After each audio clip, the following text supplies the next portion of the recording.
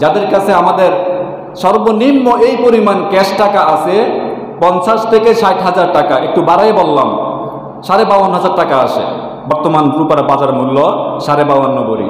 ওই পরিমাণ ক্যাশ টাকা যার কাছে আছে, যেই টাকাটা 1 বছর অতিবাহিত হয়ে গেছে, তার কাছে এখনো ক্যাশ হয়ে গেছে, ওই টাকার উপরে তাকে কি করতে হবে? যাকাত আদায় করতে হবে। এটা আমরা খেয়াল রাখবেন। আর প্রত্যেকে যাকাত আদায় করতে হবে লাখে 2,500 টাকা। কত? লাখে 2,500, শতে 2.5 টাকা।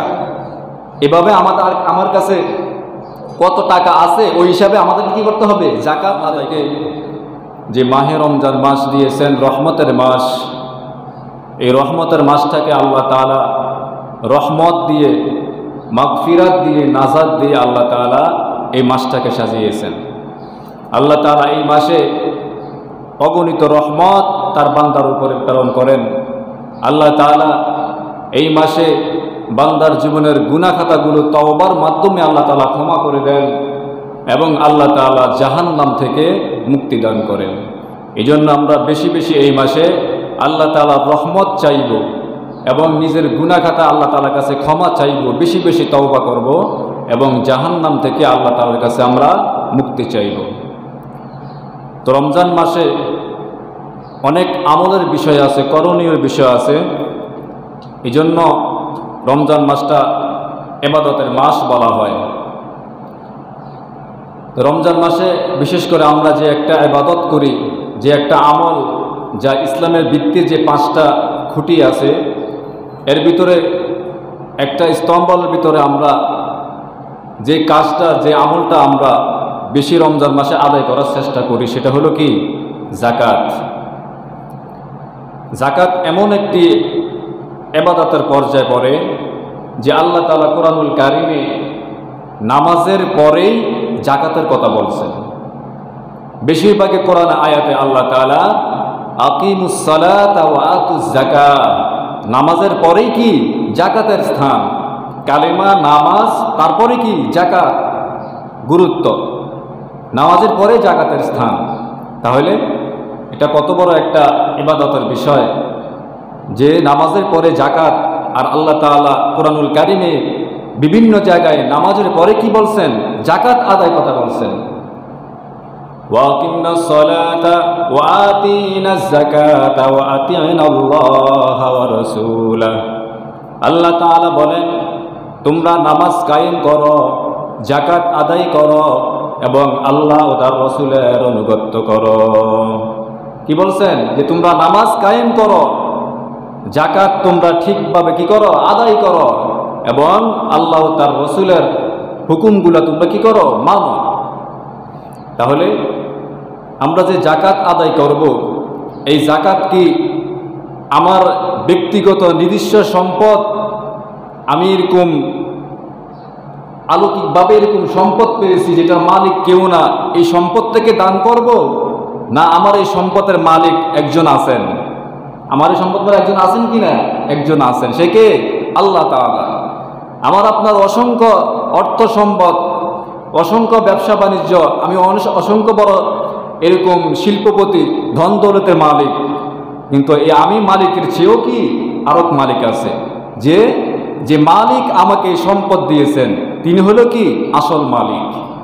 এই জন্য আল্লাহ তাআলা কোরআনুল কারিমে বলছেন, আনফিকু মিম্মা রাযাকনাকুম, যে আমি তোমাদেরকে যা দিয়েছি তা থেকে তোমরা যাকাত আদায় করো, তা থেকে তোমরা ব্যয় করো। কি বলছেন? আমি তোমাদেরকে যা দিয়েছি তা থেকে তোমরা কি করো? ব্যয় করো। আল্লাহ বলে নাই যে তোমাদের যা আছে তা থেকে তোমরা ব্যয় করো। আমি তোমাদেরকে যে সম্পদের মালিক বানিয়েছি, যে সম্পদের তোমাদেরকে অর্থের মালিক বানিয়েছি, তোমরা তা থেকে কি করো? ব্যয় করো। তাহলে কারো বলার সুযোগ নেই যে এই সম্পদের মালিক আমি, এটা আমার কষ্টের দ্বারা আমি রুজি করেছি। কষ্টের দ্বারা রুজি করছেন, দিয়েছেন কে? আল্লাহ তাআলা। এই জন্য আল্লাহ তাআলা বলে দিয়েছেন যে আমার দেওয়া সম্পদ থেকে তোমরা ব্যয় করো। তো যাকাত এমন একটি ফরজ ইবাদত, যে ইবাদতটা, যে হকটা আদায় না করলে আমরা গুনাহগার হব।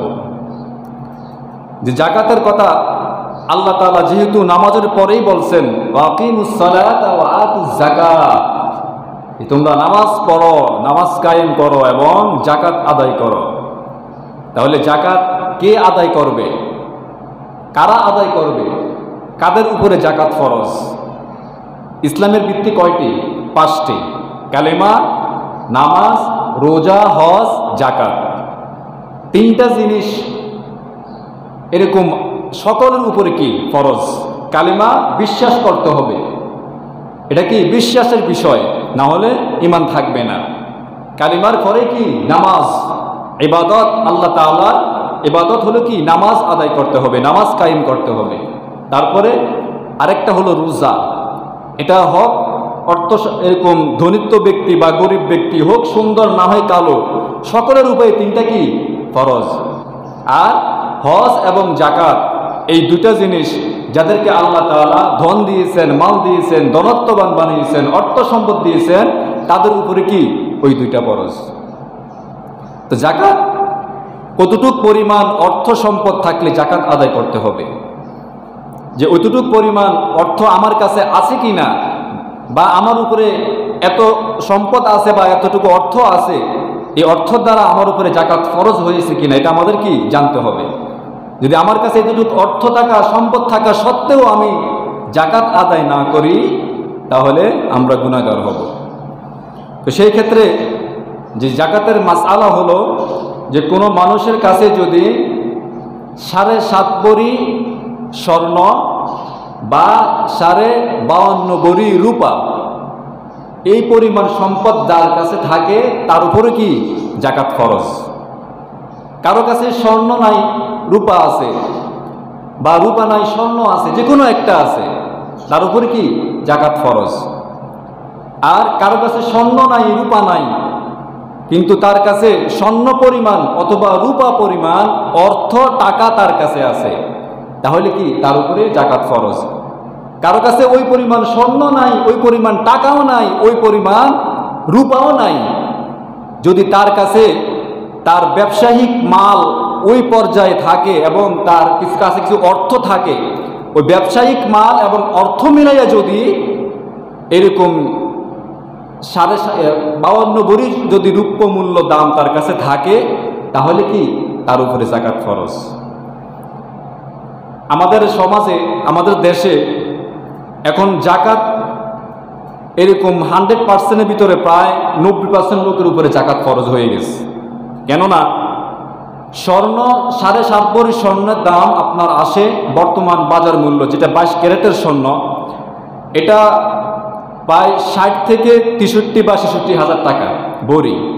তাহলে সেই ক্ষেত্রে দাম আসে কত? প্রায় 4.5 লাখের মতো এরকম দাম আসে। এটা কি স্বর্ণ। আর রূপা আপনার 52.5 ভরি রূপা বর্তমান মূল্য আপনার 900 থেকে 1000 টাকা। কত? 900 থেকে 1000 টাকা রূপা ভরি, প্রতি 1000 টাকা ভরি রূপার। তাহলে কত আসে? 52.5 ভরি হলে 52,500 টাকা আসে। তাহলে আমাদের কাছে 52,500 টাকা নাই এরকম মানুষ কি কম আছে। এরকম মানুষ কম আছে যে একটা মানুষের কাছে 50 থেকে 60,000 টাকা তার ক্যাশ নাই, এরকম মানুষ কমই আছে। তবে তার ওই ক্যাশ টাকাটা, ওই অর্থটা 1 বছর অতিবাহিত হতে হবে। কয় বছর? 1 বছর। যে মনে করেন আজকে আমার কাছে ওই 7.5 ভরি সমতুল্য অর্থ অথবা এরকম 7.5 ভরি স্বর্ণমূল্য অর্থ বা স্বর্ণ বা রূপা আমি আজকে মালিক হইলাম, ওই অর্থটা, ওই সম্পদটা আগামী রমজানে এই দিন পর্যন্ত আমার কাছে রয়ে গেছে, এর থেকে খরচ হয় না, আমার কাছে ক্যাশ রয়ে গেছে, তাহলে আমার উপরে কি ওই মালের উপরে, অর্থের উপরে জাকাত দেওয়া ফরজ হয়ে যাবে। এই জন্য আমাদেরকে চিন্তা করতে হবে যে আমার কাছে স্বর্ণের মূল্য নাই, কিন্তু রূপার মূল্য পরিমাণ অর্থ আমার কাছে আছে কিনা, এটা আমাদের দেখতে হবে। আমরা মনে করি যে মনে হয় জাকাত দিতে হলে আমার লক্ষ লক্ষ টাকার মালিক হতে হবে, 10 লাখ 20 লাখ টাকার মালিক হতে হবে, ভরি ভরি স্বর্ণ থাকতে হবে। না, আপনি যদি স্বর্ণে মালিক হন, স্বর্ণে জাকাত দিবেন, যদি আপনি রূপ্য পরিমাণ অর্থের মালিক হন, তাহলে রূপার পরিমাণ অর্থের কি জাকাত আদায় করতে হবে। তো সেই বাজার মূল্যটা হলো কত? 52,000 টাকা। 50 থেকে 60,000 টাকা ক্যাশ নাই এরকম মানুষ কম আছে। তো যদি আমি আপনি ওই হিসাবে জাকাত আদায় না করি, তাহলে আমার অর্থটা, আমার সম্পদটা, এটা কি হবে না? হালাল হবে না। এটা নাপাক থাকবে, এটা হালাল হবে না। সাবধান, অর্থ তো কামাইছেন, জমা করছেন, কিন্তু ওই অর্থ জাকাত যদি আপনি না আদায় করেন, কষ্টের কামাই, কষ্টের অর্থ, কষ্টের সম্পদ জাকাত আদায় না করার কারণে আপনি হারাম ভোগ করতেছেন, হারাম ভোগ করতেছেন। কত কষ্ট করে মাঠে খেতে কাজ করেন, কত কষ্ট করে আপনি বিজনেস করেন, চাকরি করেন, ব্যবসা বাণিজ্য করে অর্থ সম্পদ এরকম সঞ্চয় করেছেন, কিন্তু যদি আপনি সেই অর্থ থেকে জাকাত আদায় না করেন, তাহলে আপনার ওই অর্থটা কি হয়ে যাবে? হারাম হয়ে যাবে। এজন্য ওই অর্থ থেকে আমাদেরকে জাকাত আদায় করতে হবে। শতে 2.5 টাকা আর লাখে 2,500 টাকা করে আমাদেরকে জাকাত আদায় করতে হবে। এটা আমাদের খেয়াল রাখতে হবে। আর স্বর্ণের জাকাত, স্বর্ণ ব্যবহার করে কারা? পুরুষ না মহিলারা? মহিলারা। যদি মহিলা স্বর্ণের মালিক হয়, তাহলে মহিলাকেই স্বর্ণের জাকাত আদায় করতে হবে, কারণ মালিক তো মহিলাই হয়, ঠিক না? কোনো মহিলার কাছে যদি ওই 7 ভরি স্বর্ণ, 7.5 ভরি স্বর্ণ এরকম তার কাছে থাকে, যদি সে এটার মালিক হয়, যে স্বামী তাকে এটা দিয়ে দিয়েছে, তাহলে ওই মহিলার উপরও কি জাকাত দেওয়া ফরজ। এমনও বিদেশি মহিলারা আছে যে যাদের আলাদা ফান্ড থাকে, আলাদা ব্যালেন্স থাকে বা আলাদা ক্যাশ টাকা থাকে। যদি আপনার কোনো মহিলার কাছে যদি এরকম আলাদা ক্যাশ টাকা থাকে, যে এটা তার স্বামী জানে না বা তাকে কেউ দিয়েছে বা স্বামী দিয়েছে, সে জমা করতে করতে এরকম তার কাছে এরকম 7.5 ভরি স্বর্ণ পরিমাণ টাকা হয়ে গেছে, অথবা 52.5 ভরি রূপা পরিমাণ তার কাছে টাকাটা ক্যাশ হয়ে গেছে, ওই টাকাটা 1 বছর অতিবাহিত হয়ে গেছে, তাহলে ওই মহিলার উপরও কি আলাদা জাকাত দেওয়া ফরজ হবে। আর স্বামীরটা স্বামী আদায় করবে। আর মহিলা যদি, নারীরা যদি আলাদা সম্পদের মালিক হয়, তার নিজস্ব ব্যক্তিগত ক্যাশ টাকা থাকে, তাহলে ওর থেকেও কি জাকাত আদায় করতে হবে। মাসালাগুলো খেয়াল রাখবেন, তাহলে আমরা কি হব? আমাদের মালগুলো আমাদের হালাল হবে, জাকাত আদায় হবে। তো এইভাবে আমরা কি করব? জাকাত আদায় করব। এবার আসুন যে আমরা জাকাত আদায় এইভাবে আমরা আদায় করব মাল থেকে, অর্থ থেকে, কিন্তু জাকাতটা আমরা কিভাবে বিলি করব? জাকাতটা আমরা এভাবে বিলি করব যাতে আমার একটা জাকাতের অর্থের সহযোগিতার দ্বারায় যে ব্যক্তিকে আমি সহযোগিতা করব, যাতে ওই ব্যক্তিটা পরবর্তী বছর জাকাত খেতে না হয়, তাকে এরকম পর্যায়ে পৌঁছে দিতে হবে। আমরা তো এখন মারহাবা চা খাবা, এই জন্য আমরা কি করি? জাকাত দেই, জাকাতের শাড়ি দেই, জাকাতের কাপড় দেই। যদি 100 টাকারে, এমনও লোক আছে যে 100 টাকারে 5 টাকা করে জাকাত দেয়, এরকম লোক আছে না? 10 টাকা করে, 5 টাকা করে, 2 টাকা করেও জাকাত আদায় করে। 2 টাকার কি উপকার হইল ওই ব্যক্তির? 5 টাকার কি উপকার হইল? আপনি যদি একটা ব্যক্তিকে 100 টাকা দিয়ে দিতেন তত হতো।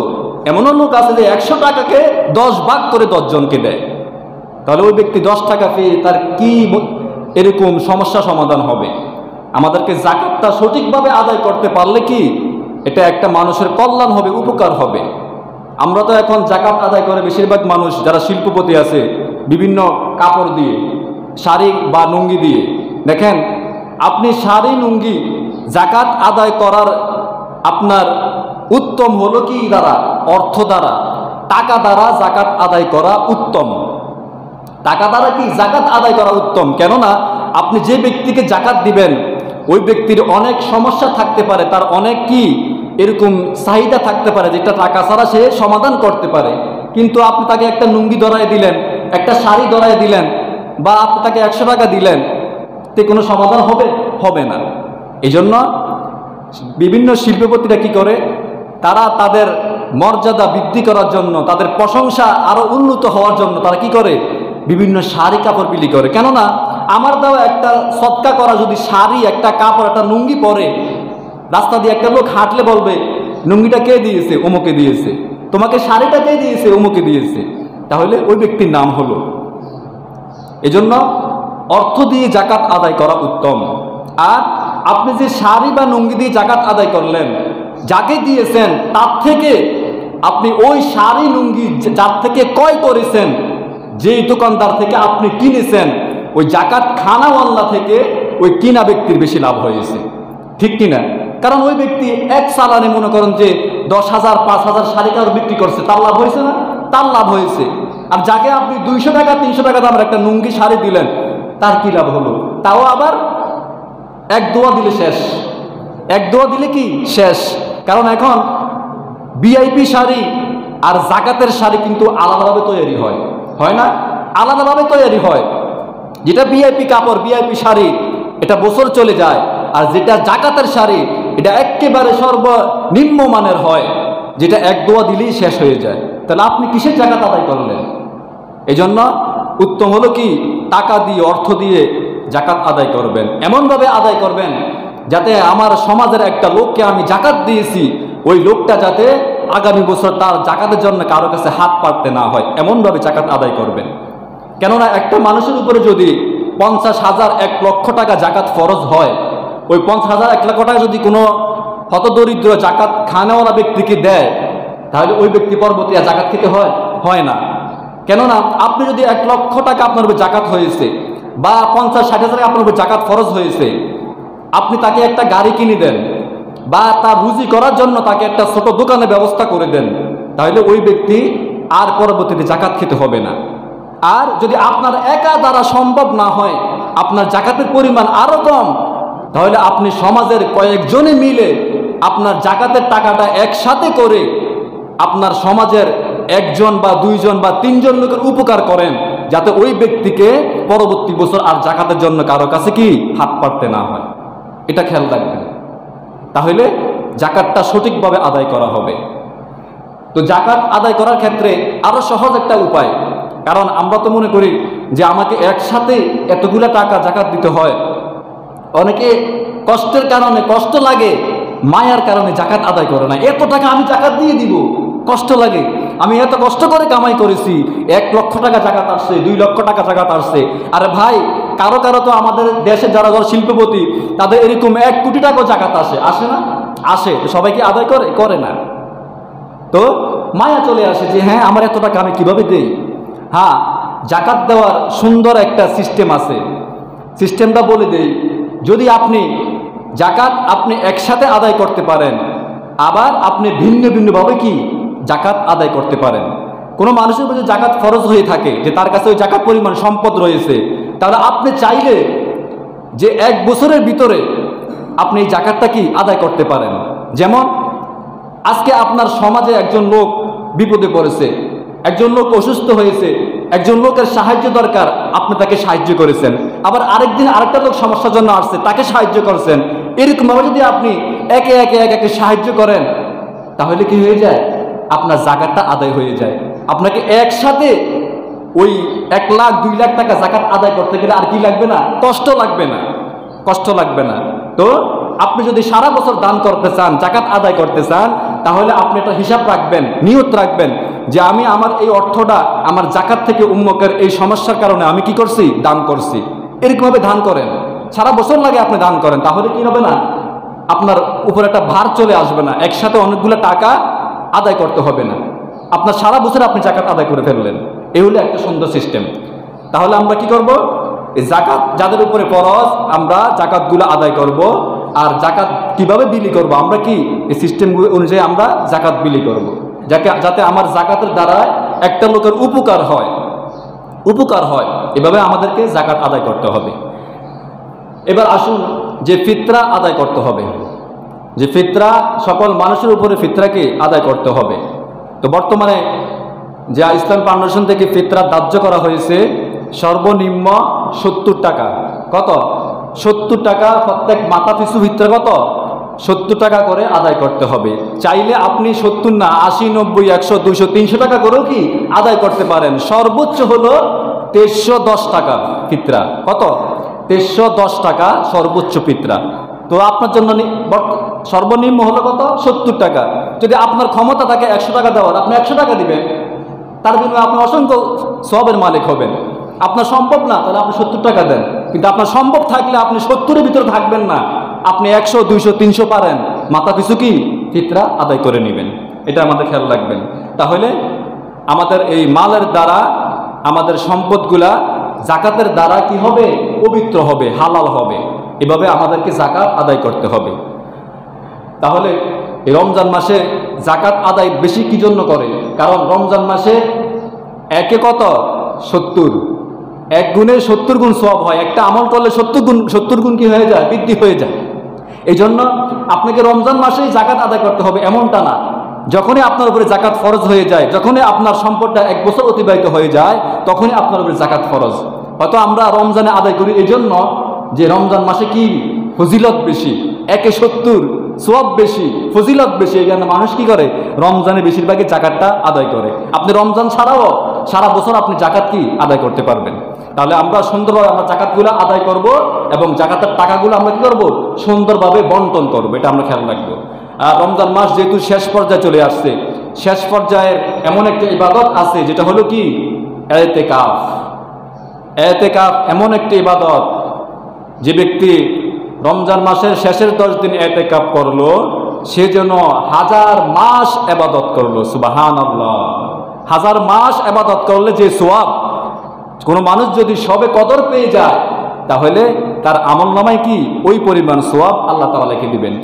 রাসূল কারীম সাল্লাল্লাহু আলাইহি সাল্লাম সাহাবাদেরকে বলতেছেন, তোমরা কি জানো বনি ইসরাইলের এমন লোক ছিল যারা 1000 বছর 1000 মাসের চেয়ে উত্তম এরকম তারা কি করছে? ইবাদত বন্দেগী করছে।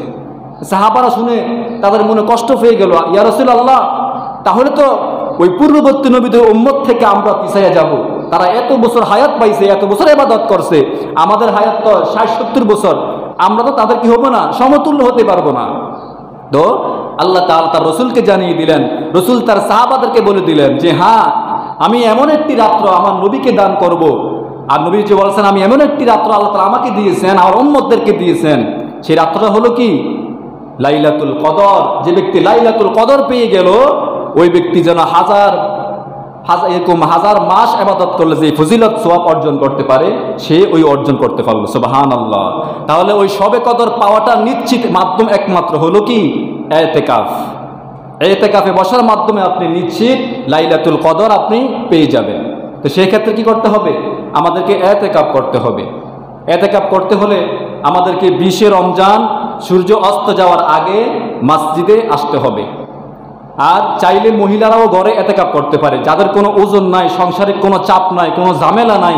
এমন যদি কোনো মহিলা থাকে যে তার সংসারিক কোনো বিষয়ে এরকম মাথা ঘামাতে হয় না, সংসারিক কোনো বিষয়ে তার টেনশন নাই, চাইলে ওই মহিলারাও তার ঘরের এরকম নির্জুম একটা কামরার ভিতরে, একটা রুমের ভিতরে কি ইতিকাফ করতে পারে। আর পুরুষেরা কি মসজিদে ইতিকাফ করবে। তাহলে যে ব্যক্তি ইতিকাফ করে শবে কদর লাইলাতুল কদর পেয়ে গেল, ওই ব্যক্তি 1000 মাস অর্থাৎ 83 বছর 4 মাস 83 বছর 4 মাস ইবাদত করলে যেই ফজিলত আপনি পেতেন, তার চেয়ে দ্বিগুণ সওয়াব আল্লাহ তাআলা আমার আপনার আমলনামায় লিখে দেবেন। সুবহানাল্লাহ।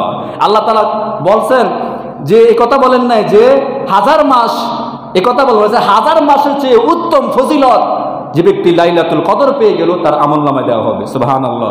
এই জন্য আমরা নিয়ত করি, যারা মুসলিম ভাইরা আছেন, যাদের কোনো ওজন নাই, কোনো কাজ নাই, ব্যস্ততা নাই, যারা অবসর সময় আছেন, সাংসারিক কোনো ঝামেলা নাই, যদি অবসর থাকেন তাহলে নিয়ত করেন, ইতিকাফের জন্য নিয়ত করেন।